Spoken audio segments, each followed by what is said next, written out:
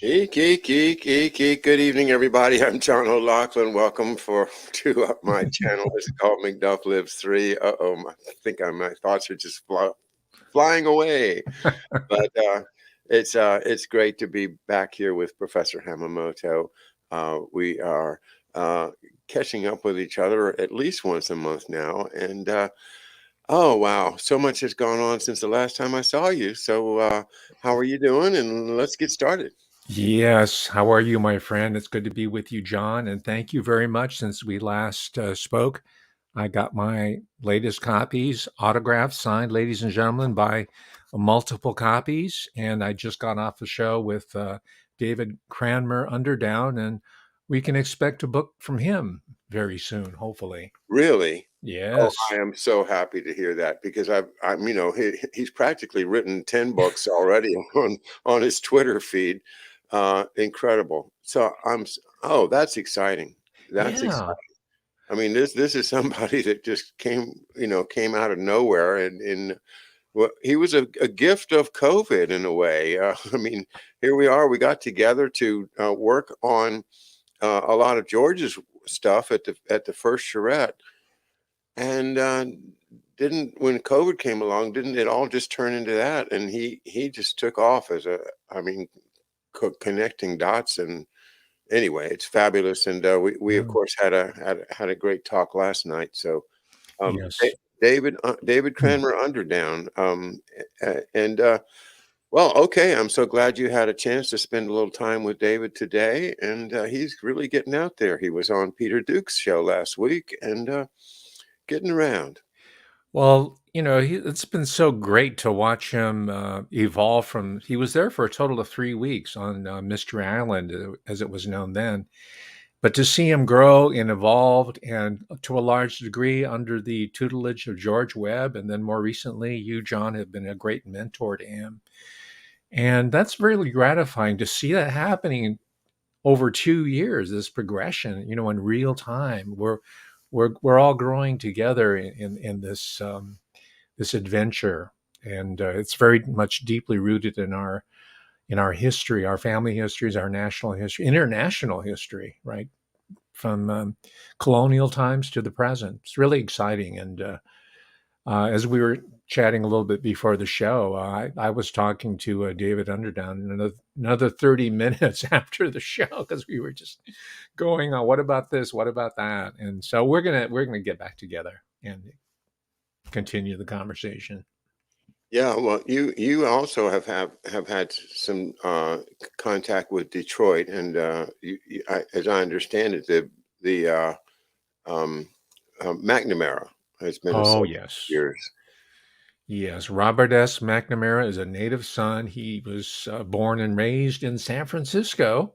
And we talked about the whiz kids from Harvard who brought operations research and management science to mass production. And one of the questions I posed to Mr. Underdown was, hey, was that, we were talking about heavy industry. What about 2022? Are we talking about nano history, nano industry, right? They're engineering cars. Yeah, Now they're engineering genomes.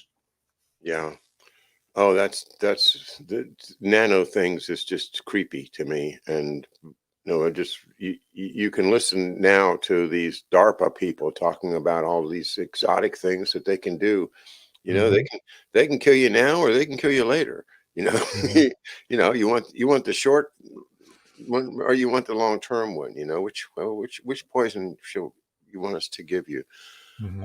And I'm appalled by it and revolted by it. And at the same time, these are the same people that are talking about bringing us the Superman, right? We're going to be Supermen. We're going to have super duper powers. We're all going to have this great internet of connection, and we all be just so incredibly 10 million times smarter than we are now.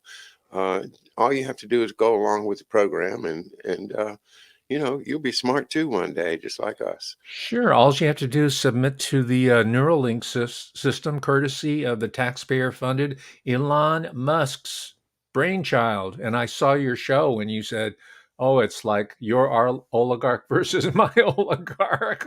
It's like Yeah. a forced choice, really perverse. And I share your skepticism as well about Elon Musk and Twitter. I'm taking advantage of it as much as I can. I mean, Yeah. I'm going to push the limits. I see Mark Kulak, God bless him and his family, but what they're going through. But he was boldly out there, with a big jab at Dr. Malone. Uh, Hmm. Boom, Hmm. and that's great. I And mean, you got your account back as well, isn't that right? Twitter. yeah, I am back Uh, on Twitter. I was gone for a week, and but. Hmm. I was also this morning. I also had another show today, and that one was with David Shaven of Schiller Institute about Schiller, about Friedrich Schiller, and we were talking rather philosophically about what is well, the purpose of life, but let's narrow it to this. When you listen to the Ode to Joy of Beethoven and the lyrics by Schiller, um, the idea of celebrating joy. Why do we celebrate joy? And do you find a place for joy in your life? There's all of this uh, nanoparticles and wars in Ukraine and the descent of the technological nightmare. Does all of this take the joy out of your life, and what do you do to preserve it? And more broadly, what do you think is really meant by happiness, and how can we find a way to be happy facing all these incredible challenges? well, the technocrats, as we well know, have a vision for us, and it was crafted way back during the interwar period, 1920s. There was even a political party, you've mentioned this before, that said, "This is what we're going to do," and apparently 100 years later, they think that they reached the end game. However, people like you, me, and the people who are watching here, and the millions of people the world over, have a different take on it. We're not go we're not going to go down that road. Hmm. I hope not. This business now, they're taking people's jobs away again. The people that are, in Australia, if you don't get the third booster, then you lose your job. Other things all around the world now are telling me that no, we're losing. We're not. You and I can sit here and say no, but there will Mhm. come a time when we lose that privilege. And what are you going to do then? Unless what you going to do when they come for you? Uh, Possibly. My take on it is a lot of that is bullpucky. It's just like the fake blue screen that CNN does. These fake polls, fake crises, fake lockdowns.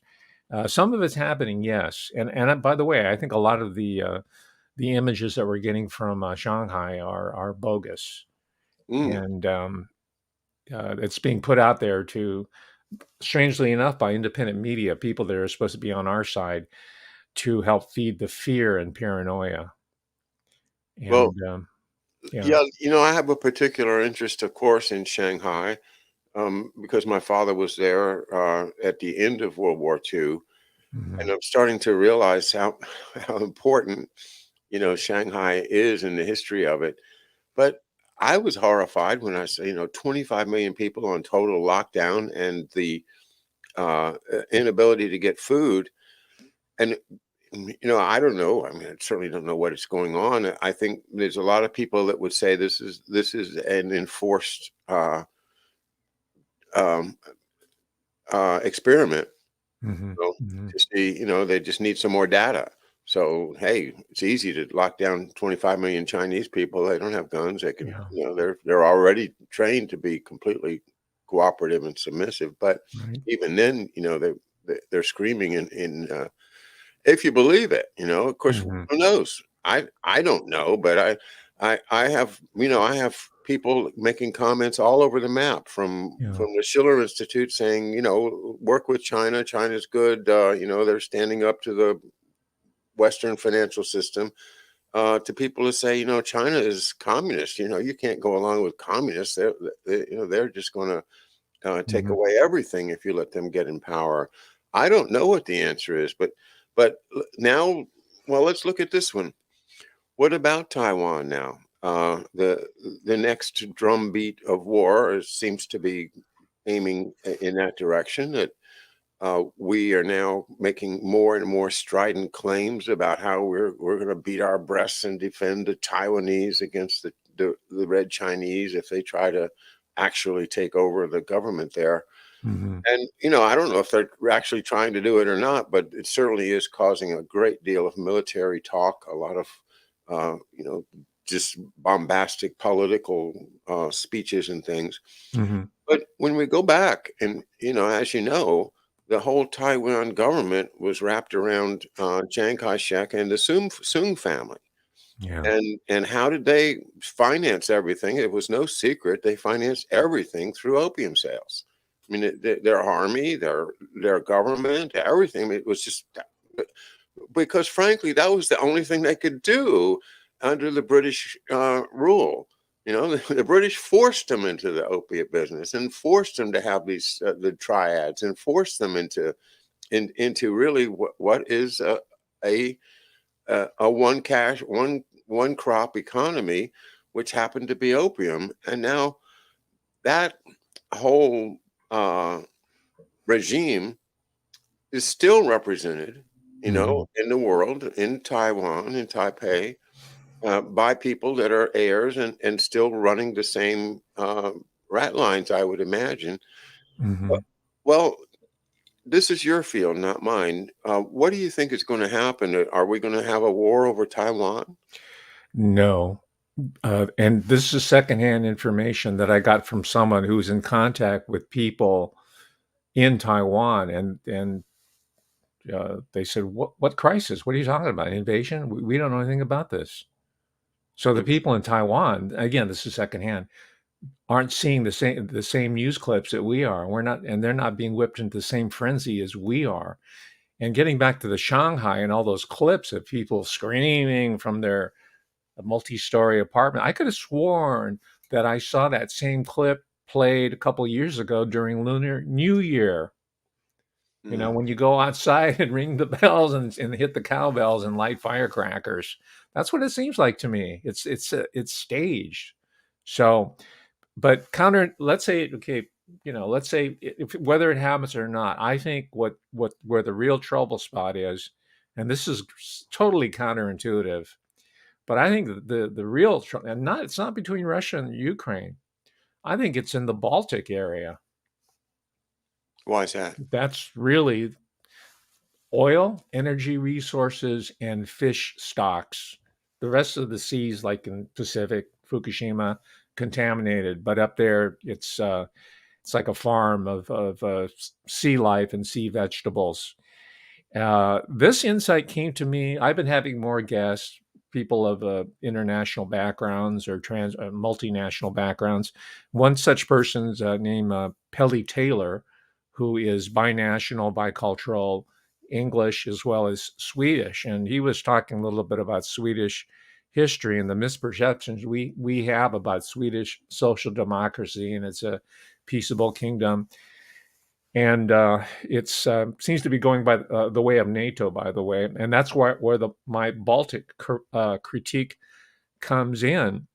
I think that's really the last stronghold, the last free area, the Baltic, the Scandinavian countries that NATO does not have full control over. So I think the Russia Ukraine situation is a feint.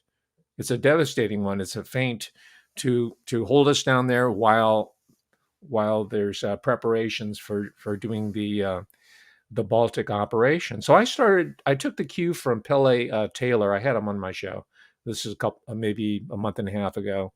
So I started reading up on this, and sure enough, it connects with a larger history that most of us are acquainted with, and we're focused on the Crusades, and we think the Crusades are synonymous with the Moorish occupation of Spain and the Mediterranean area, North Africa, the Holy Land, and all that.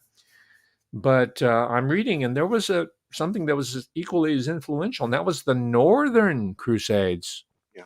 This is where the Teutonic Knights and all these other sword brother orders, these monastic orders, went up there and vanquished the barbarians, the last remaining barbarians, and the last strongholds were in places like Sweden. And how it intersects today with our story is that this is also the end game that Klaus Schwab is not talking about. This is his lineage, it's Teutonic Knights, and they were going up to the Baltic area. Sure, they had the Knights of Malta going, to Spain and to the Mediterranean, but the Teutonic Knights were waging the northern, which by the way was sanctioned by the Vatican. Right, there was the Oh yeah. Livonian Crusades. They're called. This is Yeah. during the 13th and 12th century. So this is what I think is the going to be the next trouble spot, but it may never come to awareness because there could be a seamless transition over to the NATO world order via Sweden. And, we talk about Dag Hammarskjöld and Patrice Lumumba, the assassinations in the Congo, and of course, Congo rather, and also around the same time, the assassination of Kennedy, who eulogized Dag Hammarskjöld. We're seeing this unfold, I think, right now in a very silent, uh, surreptitious fashion. So I'd say look at that instead of more so than Taiwan or China or even Russia, Ukraine, the Baltic region, the Baltic Sea, the How Arctic Circle. how long will they kill our prophets while we stand aside and look? Well, you started out with Remember, Schiller and you continue with Bob Marley. If I can change focus slightly, can I interject a recent find about our own T.S. Eliot? oh, he's not my T.S. Eliot, but Okay. Well, anyway. he's an American poet, and The Wasteland is regarded as one of the greatest poems of the English language in the 20th century. And I know why you don't like him because as it turned, I had to return to this because I said, hey, there's something fishy about T.S. Eliot, and I never liked the poem anyway.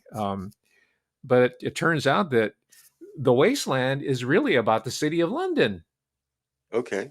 because he worked for the bank. I can't one of the major banks for 8 years Hmm. as not the poet in residence, but as a clerk. I think he was being read in to this larger pro because he's a contemporary member of Aldous Huxley, and he was even afforded lodging with Bertrand Russell. Right? Well, see, there now you're getting into the connections that make me Exactly. not like him. I just Yes, but no one talks about T.S. Eliot. He gets a pass on it, but because we know about the put me science across fiction, referee right? on Little Brave Cats. New World and all that, but it's embedded. See, this is their code. This is for the literati. Hmm. The message is coded to them in this poem. It's a short one called "The Wasteland," and it's an exercise, and I guess what today is called predictive programming, again orchestrated by guess what? The Schiller Institute knows all about the city of London. Yeah. Wow. And this was what published in 1924, I think, Hmm. Yeah. 100 years ago. Well, he's So been peripheral in my life. When I was in high school, we read Portrait of the Artist as a Young Man, and that was about as creepy as a Holden Caulfield. It's, uh-huh. I don't like creepy stuff. And I never could get through Ulysses either. I'd start it and stop and start it, and this is.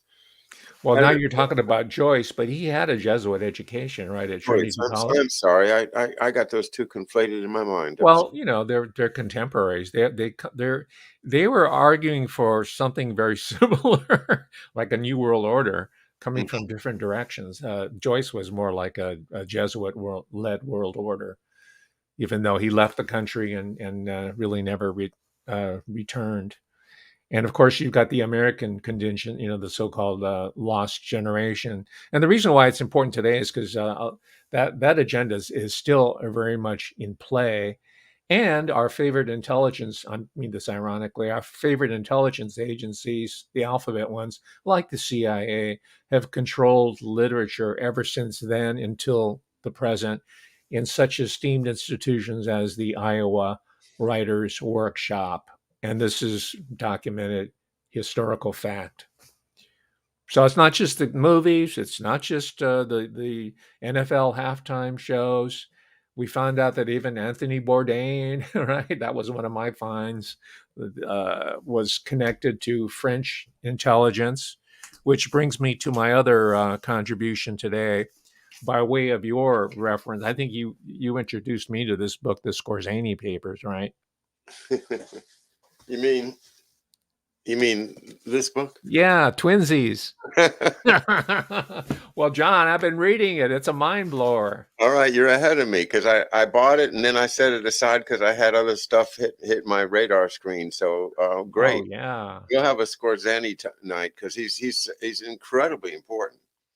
incredibly important. But we realize it's more than German. The French connection is looms really large because I was just mentioning Anthony Bourdain, and it connects to the Vietnam War. It even the subtitle of this book is "Evidence for the Plot to Kill JFK."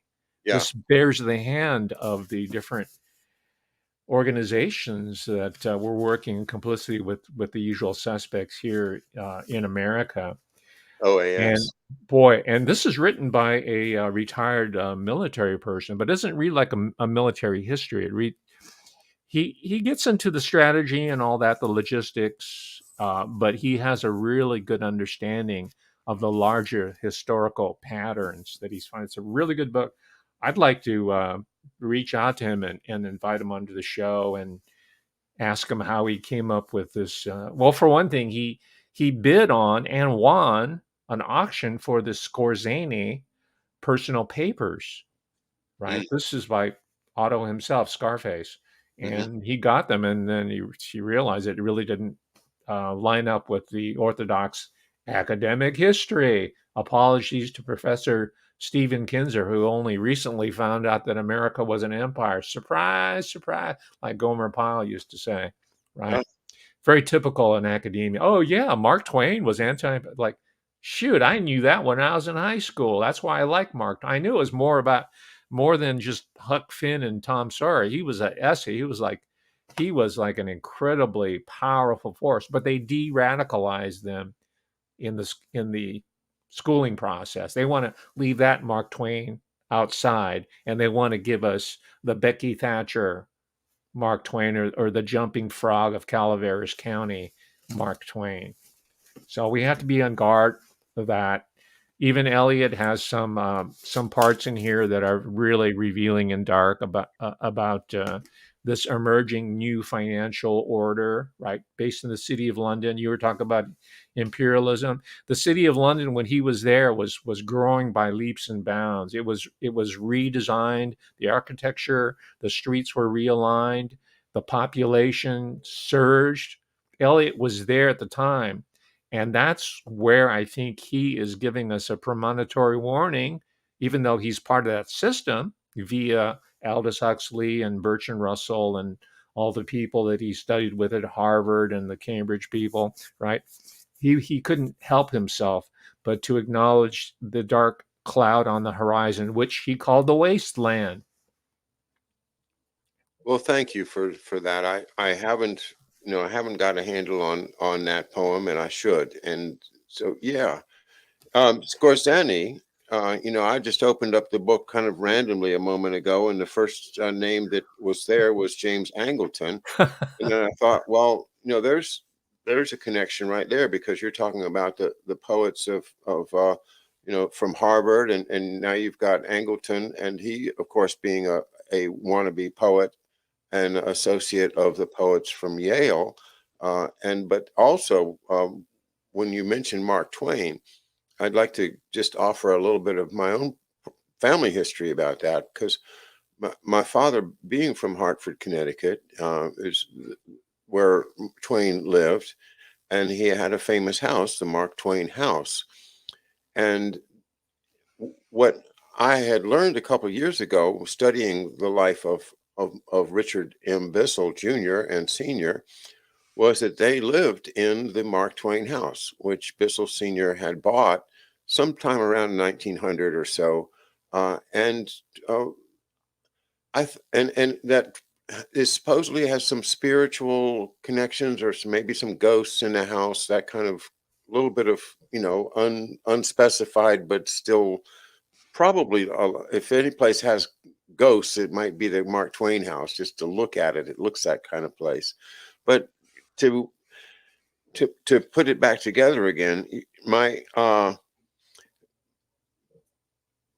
study of Bissell is so inconsistent with who Twain was that I'm thinking, well, that's really is something to look into. Was why, how, and why did Richard Bissell Sr., this wasp, of all wasps, take over a place that was the home of a Mark Twain, who, if anything, was a populist, a person that wanted everybody to have a piece of the freedom and celebrate America. Was very patriotic, but a patriot in the sense of the old America, the founding fathers' America. And this this whole Bissell family has been part of the financial elites that are, the greatest threat to what Mark Twain stood for. It's fascinating thing to consider, and all that's happening just a couple of miles down the road from where my dad was living and growing up, and his uncle working directly under Richard M. Bissell Sr. At Hartford Insurance Company. Well, Just that's an incredible story. I didn't know that connect. You would know. I mean, it's part of your family history. But why do you think the Bissells wanted that home and they wanted to occupy it? Let me hear your conjecture. I think I'll offer one as well. I think it's kind of like the way you feel about Stephen Kinzer's work. It's like, we want to own this, but we don't want to we don't want to own, the part we don't want to talk about. We just want to have our name all over it, you know?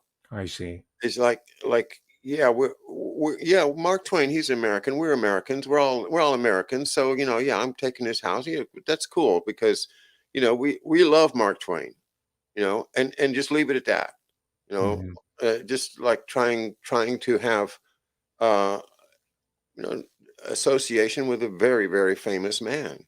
Hmm. Well, I agree with you, and I'll take it one step further or one step beyond, as the old show, the TV show had it. I like spooky stuff, including American Gothic literature, beginning with Poe, right? But I think it was a case of psychic vampirism. These people feed off goodness, and they feed off energies from people who are wholesome and are pure Hmm. and uh, and innocent and strong and good of heart.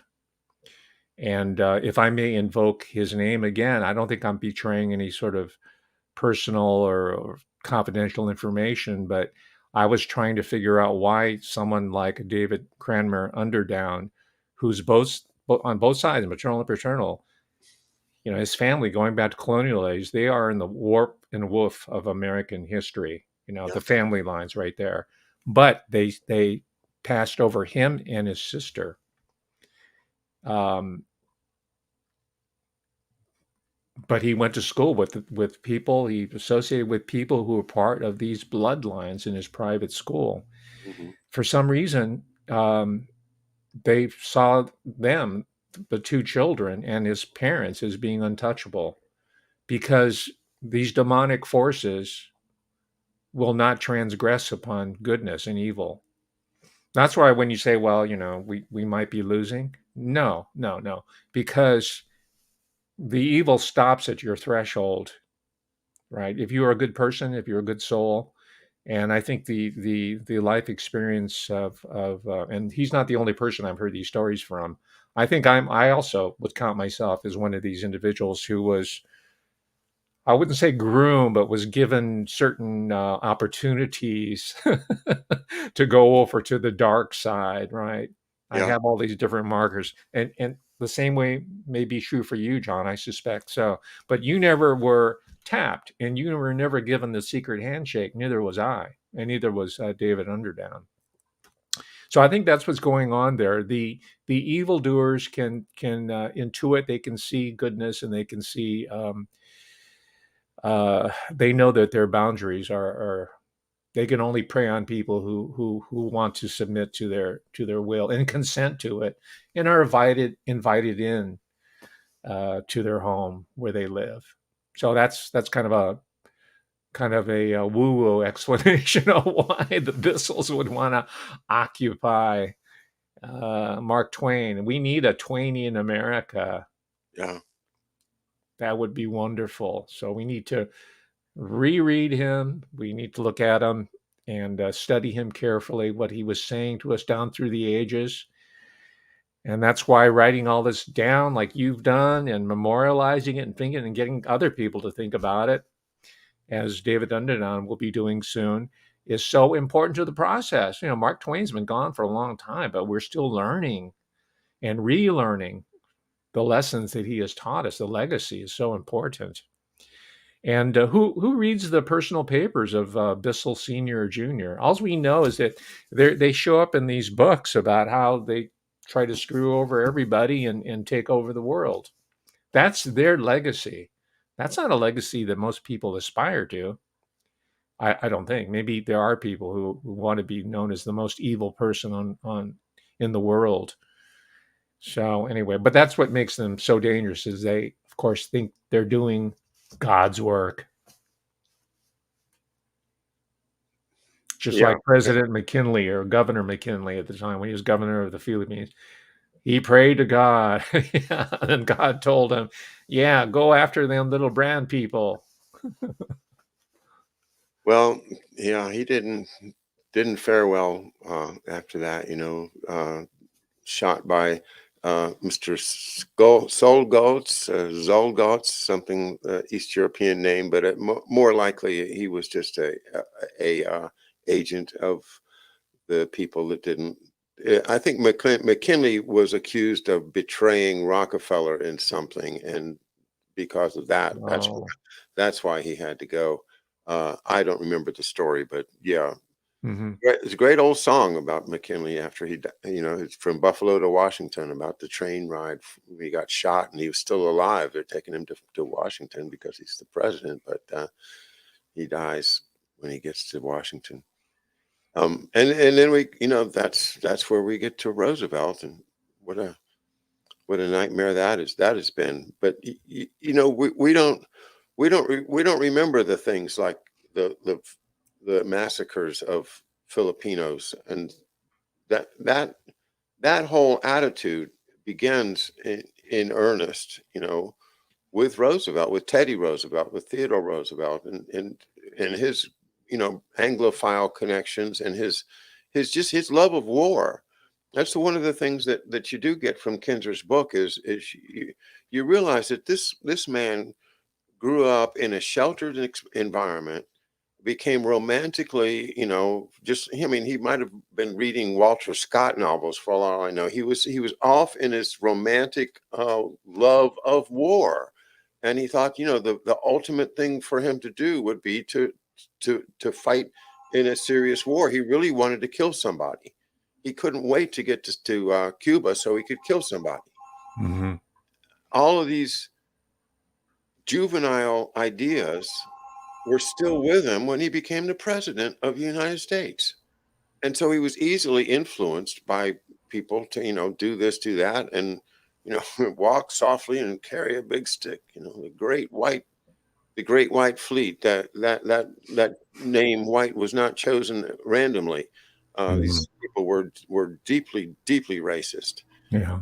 And we were talking about the Philippines a few days ago, and I just that's the other subject of Kinser's book is the Theodore Roosevelt, Mark Twain, and the American Empire. And I have to say, in defense of Kinser, he puts together a lot of stories into a narrative that if you are aware that he has an agenda, you can gain a lot from. And so while I am, he does a real good job of exposing, the horror of Mhm. of a Henry Cabot Lodge. Yes. I read a good bit about Henry Cabot Lodge in the Guarded Gate, uh, which I read about a year ago, about how Henry Cabot Lodge is the senior one, the father of the one that eventually was ambassador to Vietnam. But he was a Massachusetts Boston Brahmin of the very highest class, and he could not stand the idea of immigrants, and very much like Prince Philip thinks or thought today before his demise. But these, I don't, I evil doesn't really quite work. It's a state of mind that it's closer. I guess Nazism is closest to it, or just the pure idea of Nietzsche that here we are, these half competent half beasts, and we need to get rid of the worst part of us and only emphasize the best part of us. This castes and races and all that stuff, that's got to go. This Mhm. whole idea has got to go, and we face that in the elites. And this is where it just makes me crazy that they want us to go to all these classes about how to don't be just because you're white doesn't mean you're better than somebody, or some class that teaches you like that. The common people aren't the ones that don't know that. Everybody knows that. Geez, a black uh, um, air conditioner mechanic is just as good as a white air conditioner mechanic, and there's no reason why a black person can't be president. We've already proven that. Everybody has, humans are humans. There's only one race, unless your whole empire depends upon that not being true. And that why else would they be so selfish about everything? They have to have this pretense that they're better than brown people, or better than Asian people, or better than black people, or better than Native American people. Better, they're just got to have this pretense. And it's Mhm. that horrible pretense of the elites, of the nobility, of the imperial forces that still exist, that is behind all this. It's not your common person, that wears overalls and drives a pickup truck. Yeah, all these bogus training programs and sensitivity, racial code words, and gender equity, which I'm for all of it, but they're so transparently bogus. But so we ask the question, what are they for? I think the hidden agenda is that, well, hey, let's just do away with race. Let's just do away with gender, right? Let's do away with working class strife and labor strife by just doing away with the labor force. Just automate it. And what if everybody was post-racial? What if everybody was post-gender? Whatever, but what if the Earth was post-human? Right? If it's that awful. So I think that's really what the end game is, to create such doubt and create a false solution. Well, let's just get into mRNA. Let's just do some molecular engineering, some genetic engineering to create a new level of humanity. And of course, it'll be controlled by Neuralink, our friend Eloy Musk, not Elon Musk, Eloy Musk. He was in the that right. What was it? H.G. Wells. Yeah, Yeah, I think that's his code name. Eli and The Morlocks. the Morlocks. Yeah, You got Rupert Morlock, Rupert Murdoch, and you got yeah, Eloy.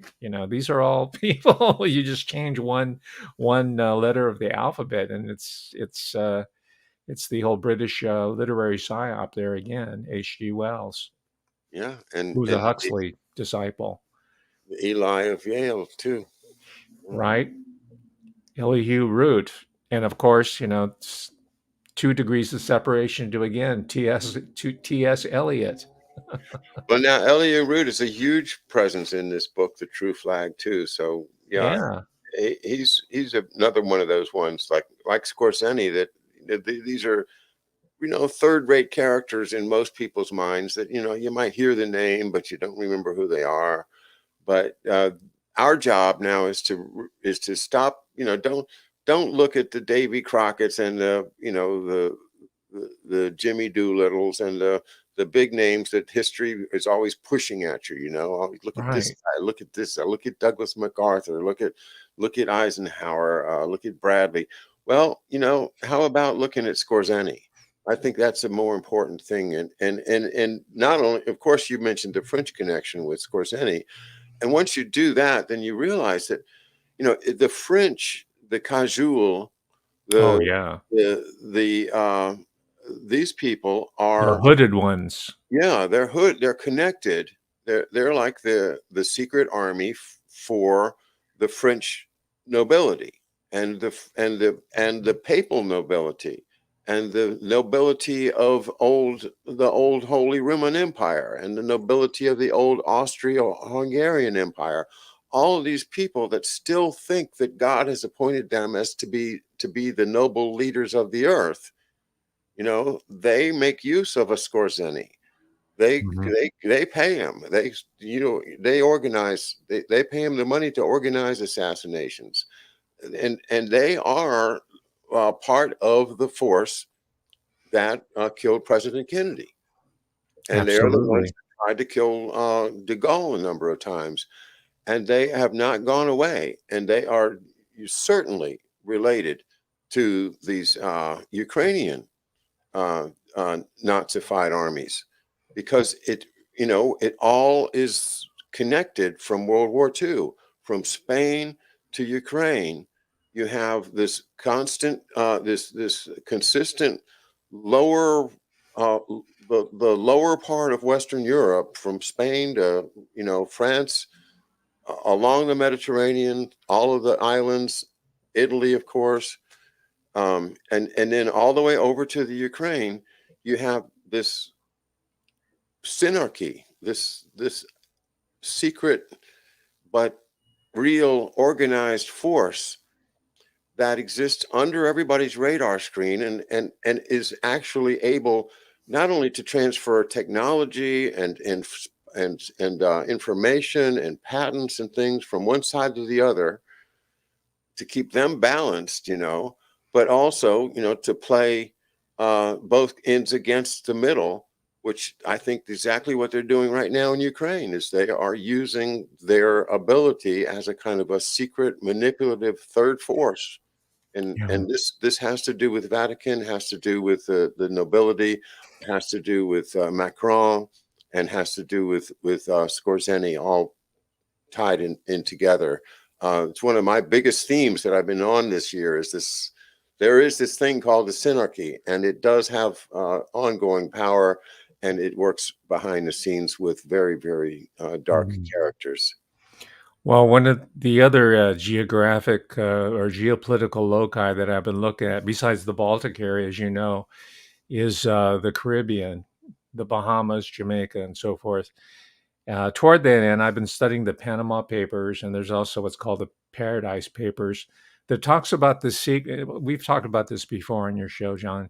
That talks about the secret economy run out of the city of London, of course, T.S. Eliot's turf, that has been gradually shifted over during the time of Ian Fleming writing about these books about, Bahamas and Jamaica, where he lived as well, Golden Eye. So I think the conflict between Russia and Ukraine is also about moving hard assets that are held by Putin and his associates. But there's about 800 of these oligarchs there who have absconded with tons of wealth, right, and are moving it over and to the this is according to this research organization that it's called the Paradise Papers, who've tracked them all down. They have the names and everything. This is hard research. So I think we have to look at this offshore banking complex, and that doesn't even really describe its full complexity and its enormity, but its locus is in the Caribbean, and that's, I think, is what is really at stake with this war going on in between Ukraine and Russia. Yeah, NATO is orchestrating part of it, but again, going back to Skorzeny and going back to this one individual that I hope to be interviewing very soon. He's a British barrister. His name's Michael Shrimpton, the spy hunter. It's almost 600 books 600 pages long. The subtitle is The Secret History of German Intelligence, right? This is a Hmm. fairly new book. Interesting. Uh, yeah, and of course, Scorzani was all up in that, and so was the British royal family. I didn't realize this until because I'm starting to read more about the close connection between the Third Reich and the royal family of Britain. Hmm. But the Duke of Windsor and Wallace Simpson, guess where they spent all of World War II? Bahamas. Exactly. Yeah, that's where they were. You know your history. They weren't taken. They weren't in a fall in a bomb shelter in London like everybody else. Well, Yeah, they were chilling in the Bahamas having a martini time. So, and I mention that because we're seeing that being revisited or playing out again, according to these Panama Papers and the Paradise Papers. There's a whole paper trail on that, and oligarchs from all over the world. It's not just Russia and of course Ukraine, but Americans, all the different nationalities. That is the place, and I think that is really what the Great Reset is all about. It's moving the financial center into the Caribbean. These wow. That's tax-free pirate havens, historically pirate havens, right?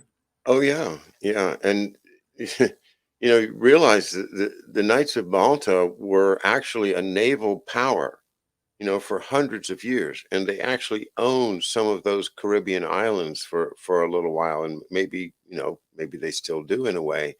That's a connection again to the synarchy because they provide the military muscle for the Pope, the sovereign military order of Malta, and they're connected to these islands going back to De Grasse and Admiral De Grasse that was uh, that cut off the British fleet and caused the Cornwallis to have to surrender at Yorktown.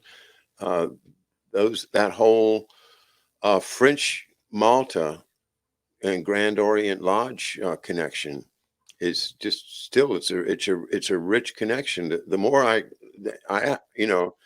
talk people talk about Jesuits, people talk about Freemasons, but it's easy to toss it off and say, well, that's fine. Somebody might want to study that someday, or I'm not going to bother though. And then there's so much disinformation, and you don't want to get caught off on a rabbit hole and learn stuff that's really worthless because you picked the wrong author.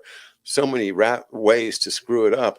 But if we don't get into both of those things, both Freemasonry and the Jesuits, then we're going to miss the story. Because I mean, look at the the importance of both of those groups in the early republic. Without Mhm, the Freemasons, they would not have been organized to create the rebellion in the first place. mhm, And the Jesuits have created incredible pressure on our government ever since. In a way, the whole empire is represented by the Jesuits, the old empire, and the oligarchical empire, the British and City of London and Wall Street empire is kind of represented by the Freemasons in a way. mhm. You can line these things up in different ways. I try to sort them out like that. I don't know how successful I am so far, but it really takes a David Underdown to do that. I think I'm gonna wait and let him sort out a lot of this stuff. He's so brilliant. Well, you're excellent in synthesizing it. And in our brief exchange about Professor Kinzer's recent book, and I do give him credit for alerting Americans that once upon a time there was a war between the Philippines and America. Most Americans don't know that. Yeah. But we were talking about. I made an offhand remark about the Philippines being the first modern, fully Freemasonic republic, founded from the ground up as a Freemasonic nation, right? And I've never heard that. So Yeah, well, you won't read it in Stephen Kinzer, right? Because he can only go so. He's an academic historian. They can only go so far. Otherwise, they're gonna kick him out, right? Because most universities are free Masonic institutions. But anyway, just very briefly, I was finally clued in. I didn't know for the longest time either. but I went to an exhibit on the Philippine American War at the Presidio in San Francisco, which was the launching place, as you know, to the Philippines to invade it and to conquer it and to occupy it. And that's where I read about all the heroes of the Philippine revolutions. They were all Freemasons. These were mestizos, and they were called ilustrados because they had been sent to the mother country of España, and they were brought into these Freemasonic lodges to create revolution against the Catholic Church, who were the governing power of colonial Philippines under España.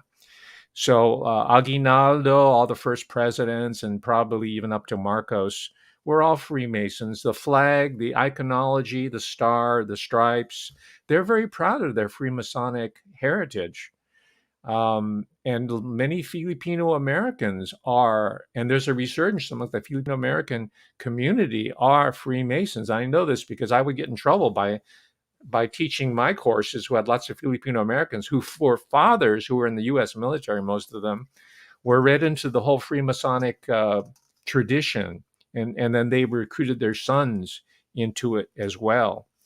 And I think you're going to see more people, the servitors of empires, I call them, coming to the fore and being tapped in to that because a lot of them have Spanish surnames, so they can serve double duty as as Hispanic to fill their quota in that area.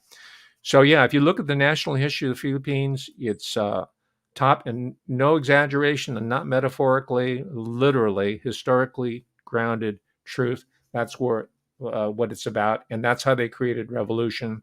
That's how the United States was able to drive a wedge uh, between the population of educated people and Spain and take it over, right? And of course, with that came Puerto Rico and Cuba and other Caribbean assets as well. And as you know, that ushered in the age of America, the golden age, quote unquote, of American imperialism. It's fascinating, and from my point of view, of course, I am aware that Douglas MacArthur was a Freemason and a fairly high-ranking Freemason. When my wife and I visited the MacArthur Memorial in Norfolk a few months ago, we saw lots of Masonic regalia that he had and medals and the little fez, with the shiny stuff on it. The the Shriner aspect of Freemasonry, and I've that's as far as I've gotten. His father, Arthur MacArthur, was one of the governors of the Philippines and had been the governor of the Philippines, I think, right after MacArthur. I mean, right after McKinley. Uh, it's a little convoluted between McKinley and Taft, but Arthur MacArthur may well have been a Freemason too.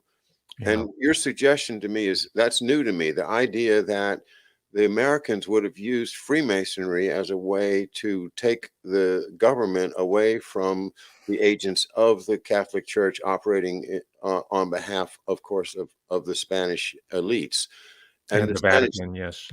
in the Vatican, but working together, the Vatican. There's where you run into that uh, the synarchy is the Yeah, combination of the Vatican and the old elites of Europe, especially Spain, France, Italy, and that extended into the nobility of Spain owning vast parts of the Philippines.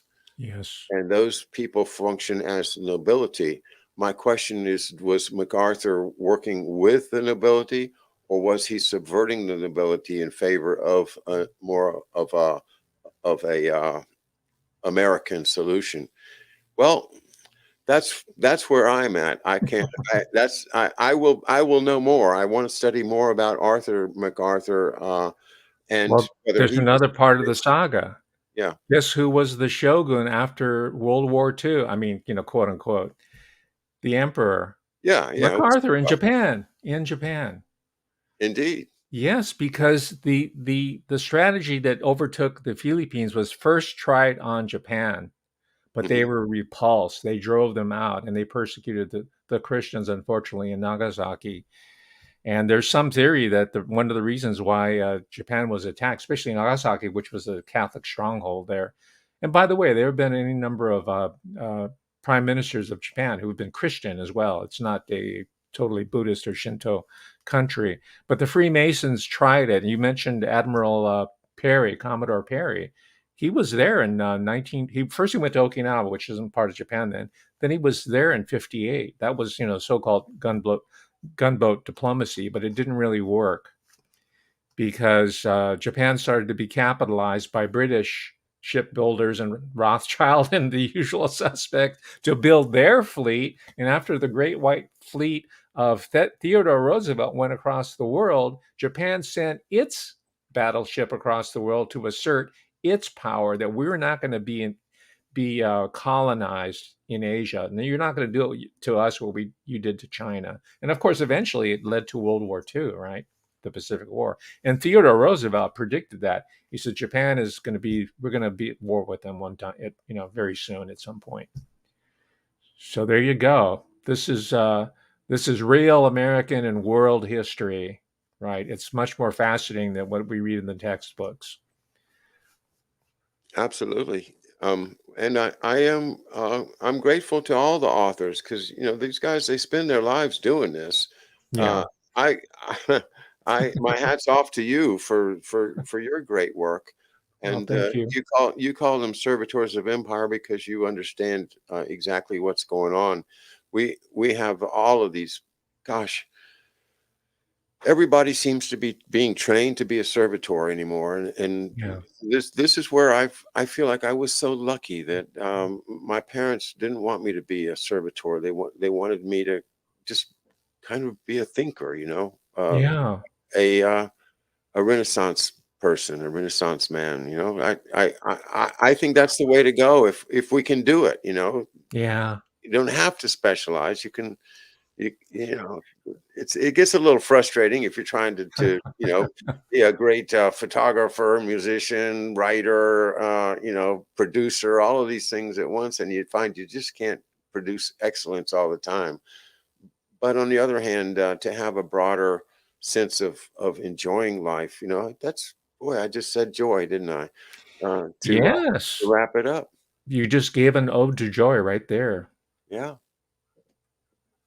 Okay. Well, Professor Hamamoto, it's been a joy to have another conversation with you. I wish we could go on another hour, but I think you and I both have been working pretty hard today and doing two very interesting and intricate shows with a lot of twists and turns in them. So probably time to call it a night. All right. Thank you very much, sir. All right, Professor Hamamoto, thank you again. We'll be back with you soon. Thanks everybody for being here, and have a great evening.